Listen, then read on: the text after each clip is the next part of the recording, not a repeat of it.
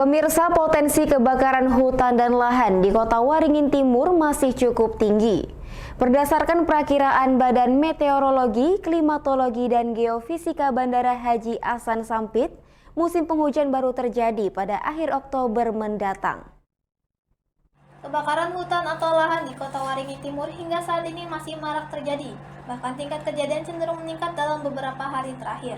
BMKG Sampit menyebut dalam beberapa hari ke depan potensi terjadinya kebakaran hutan atau lahan masih cukup tinggi untuk terjadi. Sebab berdasarkan perakiraan kondisi cuaca di Kota Waringin Timur cenderung cerah berawan. Musim kemarau di Kota Waringin Timur juga masih berlangsung hingga pertengahan Oktober. Walaupun diperkirakan akan turun hujan pada akhir September akibat anomali atau gangguan cuaca, namun hujan hanya terjadi dengan intensitas rendah. Potensi hujan intensitas rendah tersebut juga cenderung akan terjadi di wilayah utara Kota Waringin Timur. Sehingga wilayah tengah dan selatan Kota Waringin Timur yang banyak terdapat lahan gambut, potensi terjadinya kebakaran hutan atau lahan di dua wilayah tersebut masih cukup tinggi. Perkiraan kami untuk Kotim masih cerah berawan, jadi untuk potensi kebakaran hutan dan lahan masih cukup tinggi seperti itu.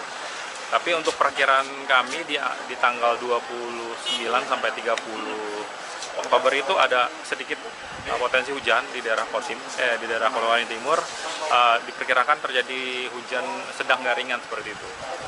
Mungkin itu bisa mengurangi sedikit lah titik hotspot yang ada di Kota Waringin Timur seperti itu. Dan kalau perkiraan dari kami untuk curah hujan itu lebih cenderung di wilayah utara seperti itu. Nah, untuk bagian tengah, bagian selatan ini mungkin sedikit atau kita katakan ringan seperti itu curah hujannya.